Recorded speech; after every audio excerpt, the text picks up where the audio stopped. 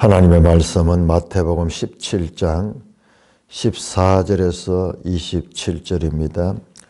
마태복음 17장 14절. 자, 우리 앞에 나오는 내용과 어떻게 연결되는가, 이것을 깊이 봐야 돼요. 깊이 보면 연결되는 걸 발견하실 거예요. 17장 1절, 14절입니다. 그들이 무리에게 이르매 한 사람이 예수께 와서 꿇어 엎드려 이르되 주여, 내 아들을 불쌍히 여기소서. 그가 간절로 심히 고생하여 자주 불에도 넘어지며 물에도 넘어지는지라. 내가 주의 제자에게 데리고 왔으나 능히 고치지 못하더이다. 예수께서 대답하여 이르시되 믿음이 없고 패역한 세대여, 내가 얼마나 너희와 함께 있으며 얼마나 너희에게 참으리요. 그를 이리로 데려오라 하시니라. 이에 예수께서 꾸짖으시니 귀신이 나가고 아이가 그때부터 나으니라. 이때에 제자들이 조용히 예수께 나와 이르되 우리는 어찌하여 쫓아내지 못하였나이까. 이르시되 너희 믿음이 작은 까닭이라. 진실로 너희에게 이르노니 만일 너희에게 믿음이 겨자씨 하늘만큼만 있어도 이 산을 명하여 여기서 저기로 옮겨지라 하면 옮겨질 것이요 또 너희가 못할 것이 없으리라. 갈릴리의 물뒤에 예수께서 제자들에게 이르시되 인자가 장차 사람들의 손에 넘겨져 죽임을 당하고 제3일에 살아나리라 하시니 제자들이 매우 근심하더라. 가버나움에 이르니 반세계를 받는 자들이 베드로에게 나와 이르되 너희 선생은 반세계를 내지 아니하느냐. 이르되 내신다 하고 집에 들어가니 예수께서 먼저 이르시되 시몬아, 내 생각은 어떠하냐? 세상 임금들이 누구에게 관세와 국세를 받느냐? 자기 아들에게냐? 타인에게냐? 베드로가 이르되 타인에게니이다. 예수께서 이르시되 그렇다면 아들들은 세를 면하리라. 그러나 우리가 그들이 실족하지 않게 하기 위하여 너가 바다에 가서 낚시를 던져 먼저 오르는 고기를 가져 입을 열면 돈 1세겔을 얻을 것이니 가져다가 나와 너를 위하여 주라 하시니라. 오 하나님 아버지, 평범한 말씀의 연속인 같지만은 천지를 개벽시키는 듯한 소리 없는 소리, 진동 없는 진동으로 말씀하시는 하나님을 찬송하십니다. 우리 주 예수 그리스도의 이름으로 감사하며 기도드리옵나이다. 아멘. 자, 앞에서는 이제 산 위에서 초월적인 하나님으로서의 예수를 경험한 베드로와 야고보와 요한이 이제 현실로 내려왔습니다. 자, 베드로의 16장 16절 신앙 고백, 이것도 아주 중요한 우리 성경의 구절입니다. 16장 16절, 주는 그리스도시요 살아계신 하나님의 아들이십니다. 이 고백 이후 그 다음에 예수님은 그 고백하는 베드로에게 교회에 대한 비전을 주셨고, 그 다음에 17장에서는 변화산에 가서 초월적인 미래에 일어날 영광스러운 그리스도, 그것을 보여주셨는데, 지금 오늘 읽은 본문은 이제 그 영광에서 내려와서 현실 땅으로 내려왔는 내용입니다. 산 위에서 그리고 산 아래에서 참 매일 성경 해설에 14절에서 18절 이 해설을 하신 분이 참 대단하게 이 사건을 저 모세 시대 사건과 비교를 하면서 쓰는데 참 공감이 돼요. 자, 모세가 십계명을 받고 하나님의 말씀을 받으러 백성을 대표해서 산에 올라갔잖아요. 거기 자세히 보시면은 우리 여기에 17장 1절이 17장 1절 엿새 후에라잖아요. 엿새 후에. 자, 우리 출애굽기 24장 한번 열어봅시다. 이걸 또 안 찾아볼 수가 없어요. 출애굽기 24장. 내가 이 말씀은 그냥 슬쩍하고 넘어가는데 왜 그러냐 하면 거기에 이 말씀의 그 타당성이 조금 내대로 확신이 안 들어서 그랬는데 오늘 이 말씀하고 연결시켜 보니까는 확신이 드네요. 출애굽기 24장 16절 보세요. 16절. 자, 여러분 이거 알아야 됩니다. 19장은 시내산에서 하나님이 강림하셨죠. 그 다음에 20장부터 23장까지는 율법을 주셨어요. 십계명과 더불어서 기타 시민법이라 그럴까요? 하나님의 백성들의 법을 먼저 주셨습니다. 먼저 주시고 그 다음에는 이제 모세가 그리고 언약을 체결했습니다. 언약을 체결했습니다. 24장 1절에서 이 11절까지가 언약 체결하잖아요. 그리고 딱 백성을 대표해 가지고 좀 쓰고 이 제단 앞에 피를 뿌리고 그다음에 백성들에게도 뿌리고 이러면서 이제 언약이 이스라엘 백성과 하나님과는 언약 관계가 맺어져서 하나님은 이스라엘의 이 하나님이 되시고 그 이스라엘은 하나님의 백성이 되는 이 관계가 공식적으로 수립된 것이 바로 이 장면을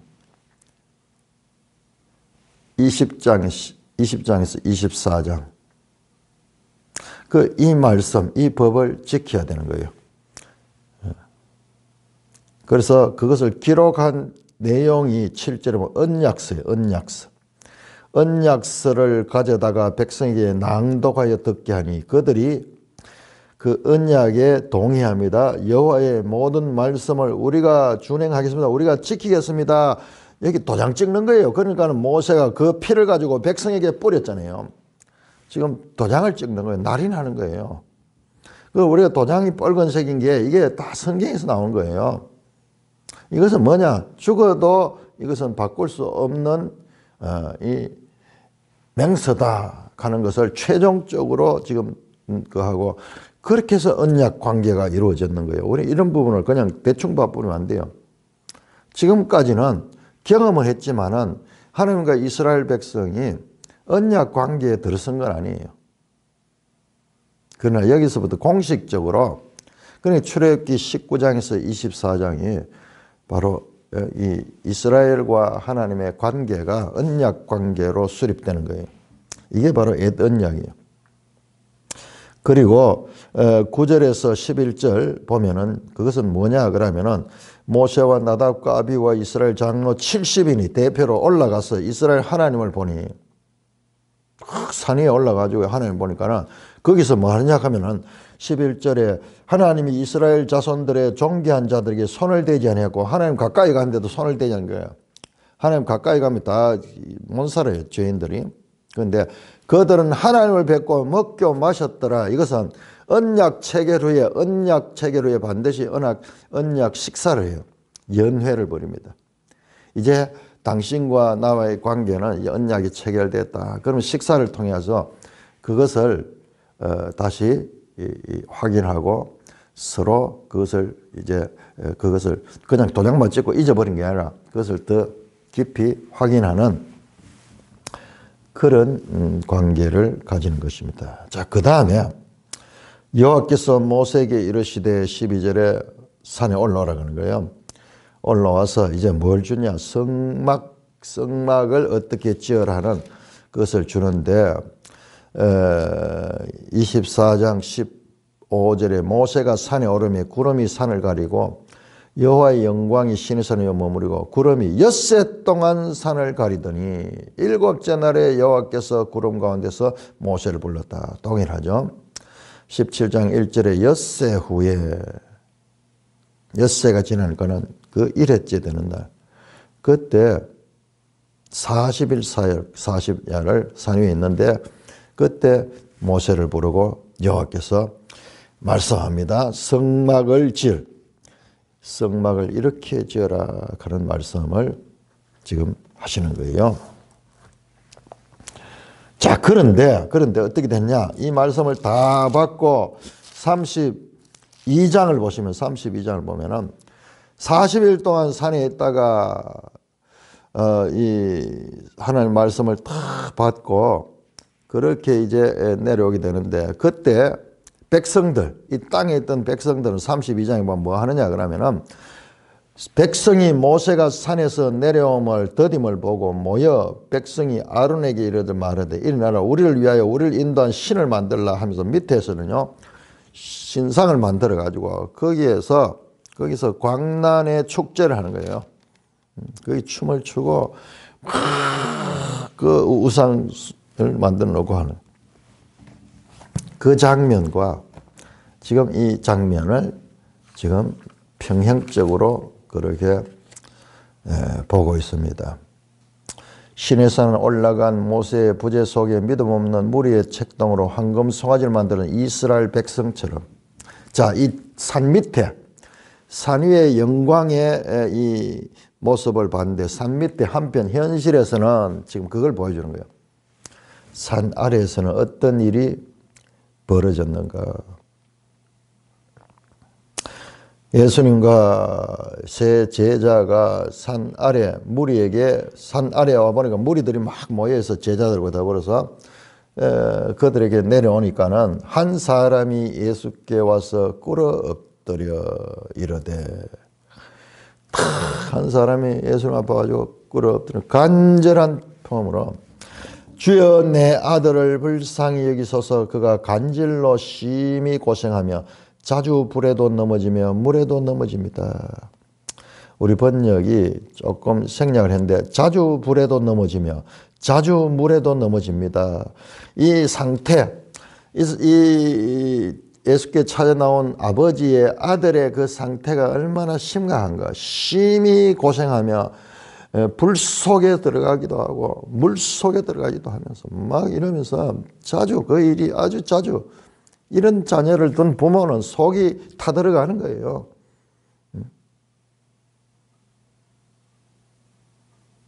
답답함 이와 같은 문제 같은 내용을 다루고 있는 마가복음 9장 22절은 간질이 아니고 귀신이 들려가지고 심히 고생한다 그렇게 나옵니다. 그런데 여기도 마찬가지요. 예수님께서 이 병을 나았을 때 18절에 보면 귀신을 쫓아내는 거예요. 귀신을 쫓아내는 거예요. 그러니까 귀신 들려서 간질이 일어나고 있는 사람이에요.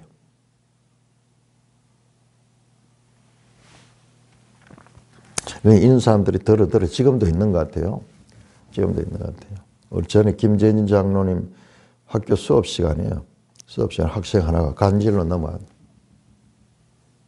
그러니까 이 말씀을 가지고 막 기도하니까 막 깨어났다 그래. 지금도 이런 사람들이 있습니다. 참 아픈 그런 어디 자녀가 어디 가도 부모가 마음을 놓을 수 없는 무슨 일이 일어날까? 무슨 일이 일어날까? 심히 고생하여 자주 불에도 넘어지며 자주 물에도 넘어지냐.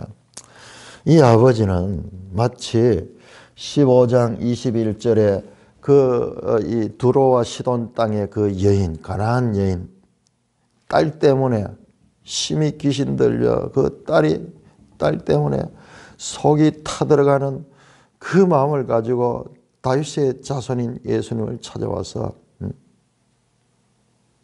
그러나 그 예수님부터 매정하게 나는 이스라엘의 잃어버린 양을 찾으러 왔지 이방인들하고는 나는 관계없다. 그렇게 매몰차게 하는데도 예수님을 붙들면서 그렇습니다. 맞습니다. 주님. 그러나 개들도 주인의 상에서 떨어지는 부스러기를 먹지 않습니까? 나에게는 부스러기라도 좋습니다. 그 간절함을 가지고 주님께 나온 거예요. 그는 그와 같은 상황이 그에게 간절함을 만들어내게 됐고 그는 그것을 믿음을 가지고 주님께 그런 게 예수님께서 네 믿음이 크다 그러면서 그 시로 그 딸을 낳게 했죠.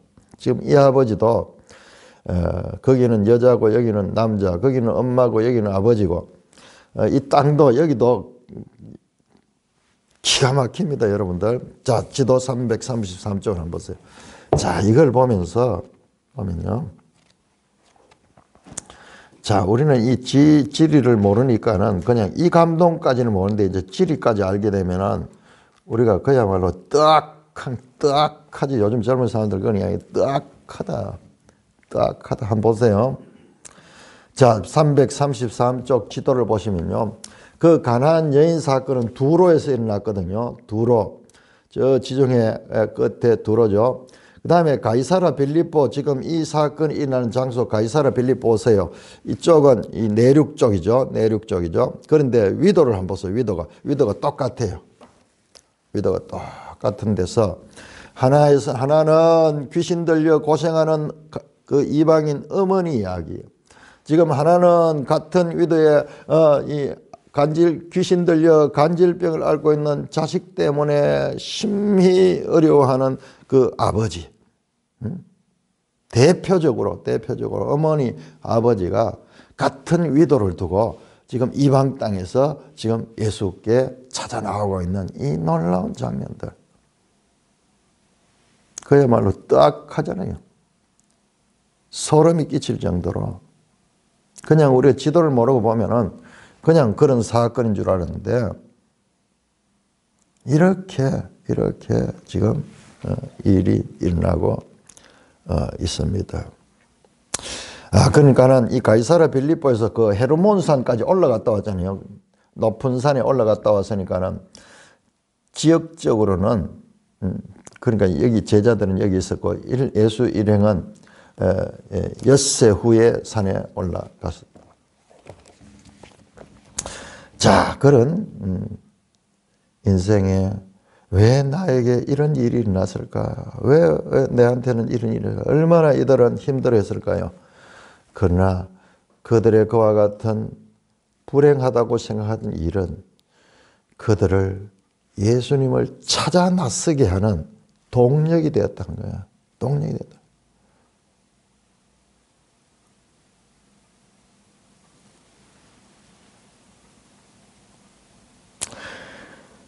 16절입니다. 내가 주의 제자들에게 데리고 왔으나 능히 고치지 못하더이다. 그래서 소문을 듣고 제자들에게 데려와준 제자들이 능히 고치지 못하다. 여기 단어가 너무너무 중요해요. 능히 하는 말이 가능하다 하는 거잖아요.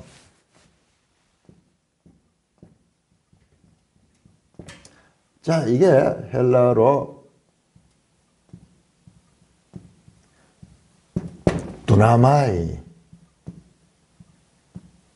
두나미스, 능력 있다. 능력. 권능이라고도 번역되고 능력이라고도 번역되죠. 엑소시아하고 또 다릅니다.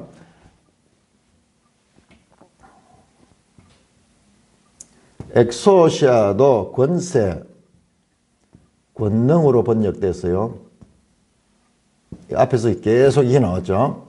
그런데 지금은 이 권능, 능력, 두나미스, 지금 이 단어를 쓰고 있어요.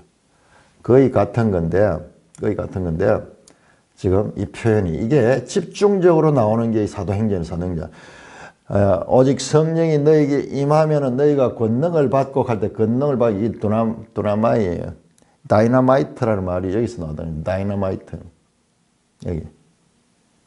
이 권세에서 권능으로. 근데 이 제자들이 지금 이 문제를 해결하지 못하는 거예요. 자, 우리 10장 1절에 보면은 예수님께서 제자들을 보내시면서 그들에게 권능을 줬거든요. 그래서 그들이 귀신을 쫓아내는 능력을 가지고 있었거든요. 그래서 이 귀신을 쫓아내고 뭐 병자도 나섰고 예수님과 같은 뭐 권능을 가지고 그렇게 이랬는데 여기서는 지금 하지 못하는 거야. 능히 고치지 못하이다. 오크두나마이 할 수 없다. 무능하다. 할 수 없다. 가능이 아니고 가능하지 않으니까는 뭐냐? 무능하다.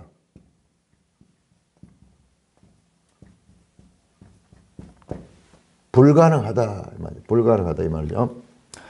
아두나마이요. 여기다 앞에다가 접두사로 아가 붙으면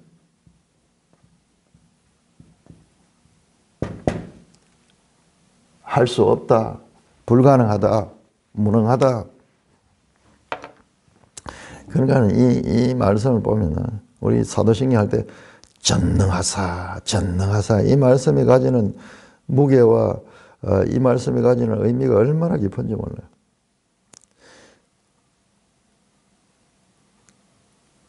당신의 제자들은 능히 고치지 못한 오크두나마예요. 예수께서 대답하여 이르시되 믿음이 없고 패역한 세대여 내가 얼마나 너희와 함께 있으며 얼마나 너희께 참으리요. 자, 이것은 누구를 향하여 말하는가? 제자들을 말하여 하는 거라고 보기 쉬운데 여기서 보면 믿음이 없다 그러거든요. 그 다음에 패역한 세대라 그러거든요. 제자들을 갖다가 이 패역한 세대라고 말하진 않아요. 제자들은 믿음 없는 자가 아니에요. 믿음이 적은 자예요. 이건 믿음이 없는 자예요. 그리고 세대를 가리켰네요. 이것도 신명기 32장 5절 32장 20절에 나오는 말씀입니다. 한번 볼까요? 신명기 32장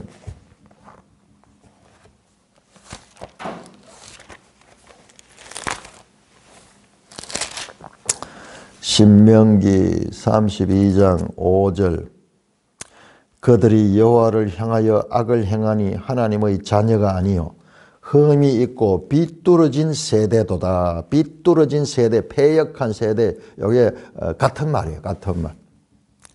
비뚤어진 세대. 세대 가는 말은 게니아 영어로 generation이에요. 그러니까는 이 제자들을 가리키는 말이 아니에요. 그 시대 전체, 그 시대의 전체를 가지고 가리키는 말이에요. 32장 20절 한번 볼까요? 32장 20절. 그가 말씀하신 내가 내 얼굴을 그들에게 숨겨 그들의 종말이 없다. 그들은 심히 패역한 세대요. 진실이 없는 자녀다. 그러니까 지금 이것은 이 이스라엘 전체를 말씀하고 있는 불신 가운데 내가 얼마나 너희와 함께 있으며 얼마나 너희에게 참으리요. How long? 헬라어로 포테 얼마나 너희와 함께 있으며 얼마나 너희와 함께 참아야 하느냐. 여기는요 강조가 뭐냐면 얼마나 함께 있느냐. 그러니까 예수님은 곧 떠나시는 것을 알고 있는 거예요. 예수님이 지상에서 이 인생을 가지고 지금 있는 것은 예수님은 시간표를 다 알고 있는 곧 지금 예루살렘에 올라가서 이제 죽으셔야 되는 거예요. 지금 마태복음을 보면요. 요한복음을 보면 예루살렘에 올라갔다가 다시 갈릴리로 갔다가 다시 올라갔다가 내려갔다 이게 한 세 번 나와요. 세 번. 마지막 네 번째까지 나와요. 네 번째 예루살렘 올라가는 거. 그런데 마태복음에는 그거 없습니다. 지금 한 번 올라가는 것이 돼 있어. 한 번 올라가. 물론 그 세례를 받거나 이랬을 때에는 그쪽으로 유대 지역을 갔다 왔지만은 그러니까 마태복음은 이 사복음서가 있는 것은요. 이것은 하나님의 지혜예요. 하나님의 지혜.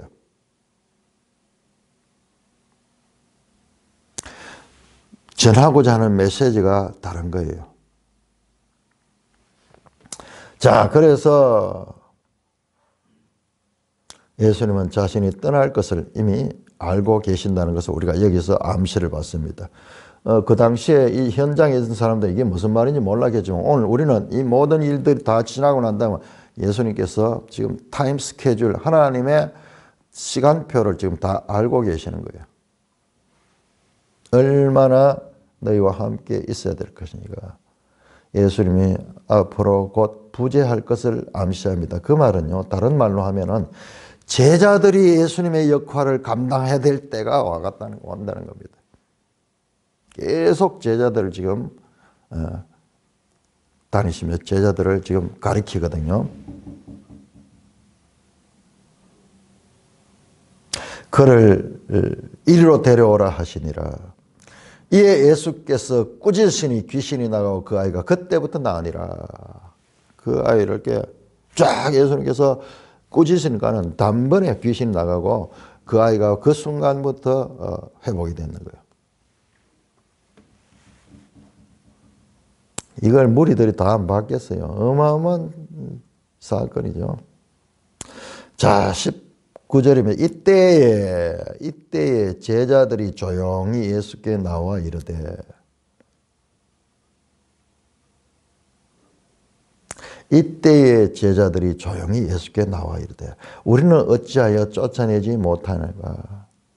우리는 어찌하여 오크 두나마이 오크 하는 게 부정어예요. 영어로 치면 not, no. 오크 두나마이 우리는 왜 무능했습니까? 우리는 왜 할 수 없었습니까? 그렇게 묻잖아요. 자, 이게 제자들입니다. 조용히 예수께 나와 13장 36절, 15장 11절, 17장 10절 계속 제자들은 예수께 질문합니다. 그러면 예수님은 자세하게 가르쳐 줍니다. 어찌하여 우리는 두나마입니까? 오크 두나마입니까? 우리는 왜 할 수 없었습니까? 예수께서 말씀하여 너희 믿음이 적은 까닭이다. 믿음이 적어서 그렇다. 이야, 믿음이 적다. 내 믿음이 크다. 이스라엘 가운데 이만한 믿음을 본 적 없다. 회당장이 아니라 백부장, 로마 백부장의 종 때문에 예수께 나왔던 그 백부장을 향해 네 믿음이 크다 그랬는데 제자들은 오히려 믿음이 적어. 만일 너에게 믿음이 겨자씨 하늘만큼만 있어도 이 산을 명하여 저기로 옮겨지라 하면 옮겨질 것이야. 너희가 못할 것이 없다. 여기서 못할 것이 없다.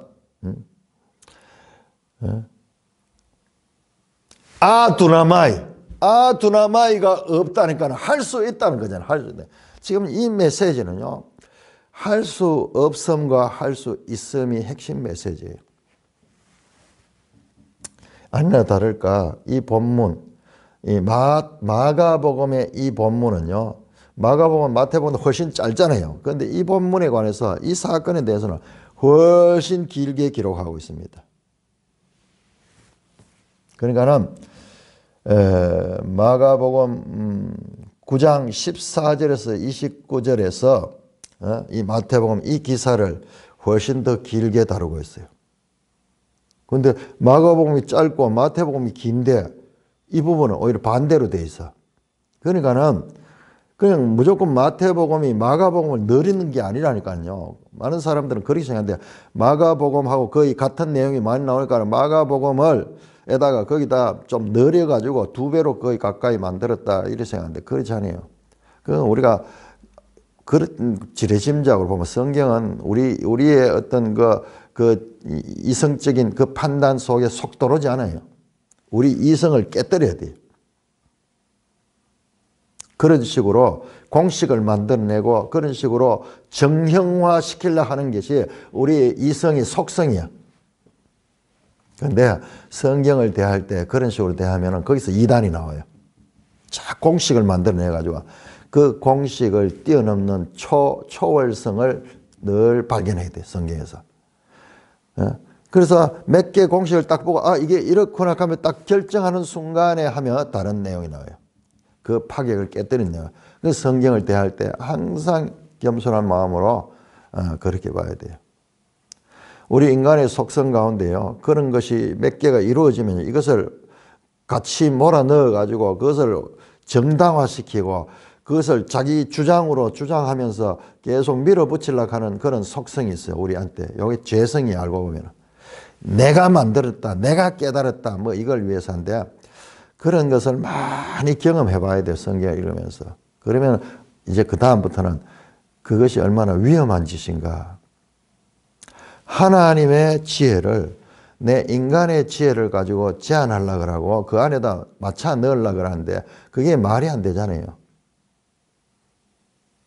그 하나님의 지혜에 대한 무지가 그와 같은 행동을 하게 하는 거예요. 자, 믿음이 적은 까닭이다. 자, 여기에서 제자들의 실패는 작은 믿음의 문제입니다.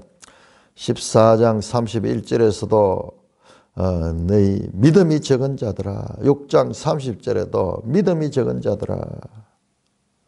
자, 여기서 믿음은 우리가 구원에 이르는 믿음과는 다릅니다. 지금 여기서는 이 믿음은 뭐냐 하면 기적을 행하기 위해 요구되는 그 믿음이고, 이 기적은 누구 하느냐? 내 믿음이 하는 것이 아니라 하나님이 능력으로 행하는 거예요. 그러니까 이 기도는 뭐냐? 하나님이 일하도록 간구하는 거예요. 하나님이 적극적으로 하나님께 간구하는 그 믿음입니다. 계자시만한 믿음, 작은 믿음이죠. 그것만 있어도 산을 옮길 수 있다. 좀 과장적인 그런 표현입니다. 과장적인 그런 표현이요. 우리 마태복음에서 그걸 봤잖아요. 네 눈이 실족하거든 눈을 뽑아버리다. 네 팔이 실족하거든 끊어버리라. 장애인이 되어가지고 들어가는 것이 천국에 더 나았다. 그 말은 문자적인 것은 아니죠. 작은 그 믿음의 중요성을 이야기하고 귀신을 쫓아내는 것보다 더 큰 일을 할 수 있다는 것을 지금 말씀합니다. 하나님의 전능성, 하나님의 능력을 신뢰해야 된다. 이 말씀을 하는 거는요, 지금 예수님은 알고 있잖아요. 내가 얼마나 너희와 함께 있으며, 세대에 대해서 이야기하지만 제자들에게도 마찬가지예요. 이제 불과 몇 개월 후, 내가 어제 말씀을 드리면서 조금 소홀했는데요. 오늘 나오네요. 자, 불과 몇 개월 후입니다. 지금 이 내용을 자세히 분석해 보면요. 다음에 나오는 34절에 가버나움 사건 나오잖아요. 반세겔. 이거는요. 6월절 지키기 전에 이 세금을 내는 때예요. 그러니까 지금 예수님이 예루살렘 가는 것은 마지막이에요. 공생의 마지막이에요. 불과 이제 몇 개월 후면 예수님은 이 땅에 없습니다. 그 상황을 예수님은 보고 하는 거예요. 그러니까 제자들에게 가는 거예요. 믿음이 적은 까닭이다. 너희가 못할 것이 없다. 못할 것이 없다. 없다 아두나톤. 오데스 아두나톤. 아두나마이. 무능할 수가 없으니까는 할 수 있다는 거죠. 모든 것을 다 할 수 있다. 마가복음 이 본문은요, 이 본문에서 그 유명한 말씀, 믿는 자에게는 능치 못함이 없다. 그 말씀이 여기서 나와요. 지금 같은 이 내용. 그래서 여기에 핵심 주제가 할 수 있음과 할 수 없음. 사람은 할 수 없어도 하나님은 할 수 있다. 예수님 와서 그 문제를 해결하시고 뿐만 아니라 이 제자들도 앞으로 이 일을 해야 될 텐데 그것은 강력한 믿음을 해야 한다. 자, 그런데 우리는 앞에서는 제자들이 능력을 봤는데 여기서는 지금 무능력해요. 그러니까 지금 이 제자들이 가진 능력이, 권능이 지금 연약해요. 그리고 확실치 않아요. 있다가 없다가 이럴 정도로 부족한 그 믿음. 그러나 항상 이게 지금 불안정해. 자, 근데 이게 어떻게 변화되는가? 예수님께서 살아 계실 때 좀 불안정한 제자들의 모습을 봅니다. 그러나 예수님께서 요한복음 16장에서 내가 떠나가는 것이 유익하다. 내가 가면 그가 올 것이요. 그가 너희와 늘 함께 하실 것이다. 요한복음의 힘을 빌리지 아니하면요. 마태복음 가지고는 이게 이해가 안 돼요. 보혜사 그가 와서 너희와 함께 할 것이고 내가 가는 것이 유익하다. 내가 있을 때는 너희가 이와 같이 불안정한 믿음을 가졌지만은 그러나 보혜사 성령이 오시면 너희가 권능을 받고 너희가 이보다 더 큰 일, 내가 했는 일보다 더 큰 일도 행할 것이다. 지금 그걸 우리가 알아야 돼요.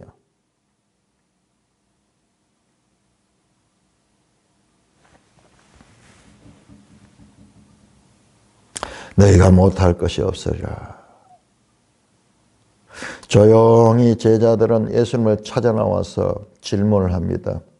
제자들은 계속 배우고 있죠. 자, 이런 과정을 거쳐서 사도행전에 제자가 나옵니다. 이 과정 없는 게 아니고 갑자기 뚝딱 나온 게 아니에요. 야, 성령만 임하면 되는구나. 성령만 임하면 되는구나. 사도행전을 보면 그런 거지만 그러나 이와 같은 과정들 인간적인 그와 같은 연단의 과정들이 있었다. 할 수 없음과 할 수 있음.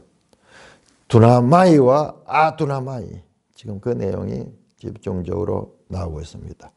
자, 21절입니다. 21절. 지금 예수님께서 하신 말씀, 이 말씀은 너희가 못할 것이 없다. 이 사도행전에서 성취되지 않습니까? 여러분 사도행전을 보세요. 베드로가 설교를 하는데 하나님의 말씀 뜻을 잘 깨닫고 말씀을 하고 성전 미문에 있던 안전뱅이를 고치고 죽었던 다비다를 살려내고 그리고 이 병자들을 고치며 사도들의 손수건이라도 만지면은 나음을 받는 그런 기적이 일어나잖아요. 자, 그 사도들 제자들의 그 특별함 우리하고 막 그대로 연속시키는 거는 상당히 문제가 있다고 제가 계속 말씀을 드리죠. 사도들은 특별한 분들이에요. 특별한 분들.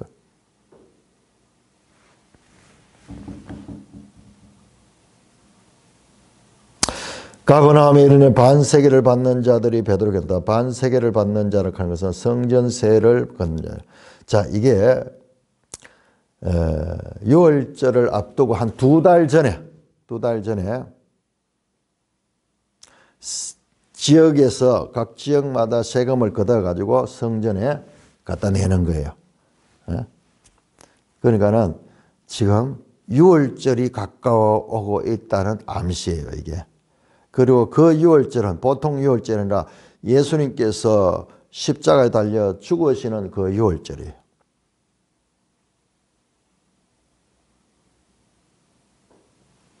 성전세 거둔 사람 와서 자, 너희들 성전세 너희는 안 내나? 그래, 우리 낸다. 베드로가 그렇게 말합니다. 그래서 베드로가 예수님께 와서 묻습니다. 성전세를 내라 그럽니다. 예수님께서 베드로에게 말합니다. 시몬아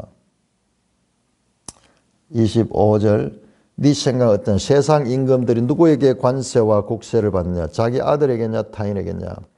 관세는 주로 무역하고 물건 사고 팔고 할 때 붙는 세금. 그 다음에 국세는 소위 주민세. 세상의 임금들이 세금을 걷어가지고 통치를 하죠. 그런데 자기 아들들은 면제예요. 면제. 일반 국민들에게 받습니다. 베드로가 이제 타인입니다. 예수께서 그렇다면 아들들은 세를 면하리라. 아주 암시적인 이 말씀인데 이 말은 무슨 말이에요? 지금 성전세를 우리는 내지 않아도 된다. 왜냐? 우리가 아들이라고요. 우리가 그 하나님의 아들들이기 때문에 아들들은 세금을 지금 면제받는 특별한 지위를 가지고 있다. 특권을 가진 자들이다. 그 말이잖아요. 우리가 아들들이다. 그러나 우리가 그들이 실족하지 않기 위하여 세상의 왕들이 자기 자녀에게 세금을 물리지 않듯 원칙적으로 제자들은 하나님의 참된 아들이니 성전세를 내지 않아도 됩니다. 하지만 로마에 내는 세금과 달리 성전세는 제국의 압제 아래서 유다 민족의 정체성을 지키는 수단이므로 굳이 거부하여 오해를 살 필요가 없습니다. 악을 조장하는 질서에는 단호히 대응하되 공공의 질서를 위해서라면 자유와 권리를 양보하는 선택이며 자신의 특권을 내려놓고 그냥 이 질서를 위해서 따라가지만 실제적으로는 우리는 낼 필요가 없는 존재들이야. 그래서 예수님의 전능하심이 보입니다. 가서 바로 그 가버나움 바로 앞에 그 바다잖아요. 갈릴리 바다에서 낚시를 던져 고기 빼오면 그 안에서 돈이 있다. 우리 이 사건을 예수님의 신통방통한 능력, 예지 이런 것을 주로 이해하는데 그런 것은 좀 부차적이에요. 여기서 핵심 주제는 제자들은 하나님의 아들들이다. 그러면 천국의 하나님 아버지의 아들들이라. 예수님뿐만 아니라 제자들도 아들들이다. 그 메시지가 여기서 강하게 있습니다. 제자들이 누구냐? 천국의 아들들이다. 사실상 그들은 성전세를 내지 않는 특권을 가진 자들이지만은 세상은 아무도 모르죠. 자, 이것이 왜 이 사건과 18장이 중요하냐 그러면은 18장 딱 넘겨보세요. 18장. 그때 제자들이 예수께 나와요. 천국에서 누가 크니까. 이제 제자들은 이거를요. 기정사실화하는 거예요. 우리는 지금 천국 백성들이 됐다는 것을 기정사실화하면 그러면 그 천국 안에서는 누가 더 서열이 높습니까? 그런 질문을 하고 있는 거예요. 자, 거기에 대한데요. 그러니까 이게 지금 뭐냐 그러면 제자들이 이제 천국 백성이 되는데 이 천국 백성이 되는 것은 이 땅에서 교회를 통해야 돼요. 교회를 통해야 돼. 그래서 18장은 이제 교회라는 또 메시지가 또 나옵니다. 나오면서 그 제자들과 교회가 얼마나 예수님의 사역의 핵심 메시지인지 심지어는 어제 최영삼 교수는 그렇게까지 썼어요. 여기까지. 이 과언이 아니죠. 예수님이 이 땅에 오신 이유는 말씀과 성령의 통치를 통해 열방과 온 세상을 하나님께로 되돌 수 있는 자기 백성 곧 교회를 창조하기 위함이다. 교회를 창조합니다. 모든 내용들이 이 제자들에게 집중되고 있고 이 제자들은 교회로 집중되는 그런 구조로 되어 있다. 그래서 먼저 제자들의 정체성이 뭔가? 이미 이들은 천국 백성이다. 천국 백성. 그러니까는 예수는 그렇게 가는 게 제자들이 그러면 우리들 가운데 천국에서 누가 더 높습니까? 계속 인간의 생각을 가지고 인간에서는 전부 그거잖아요. 계급이 높고 낮고 누가 높으냐 낮으냐 여기에 따라가지고 모든 서열이 되는데 천국에서도 그와 같은 서열이 있을 줄 아는데 그건 아직까지 넌센스죠. 천국의 질서는 이 땅과 다릅니다. 자, 그 내용은 우리가 내일 한번 살펴보도록 하겠습니다. 찬송가 374장입니다.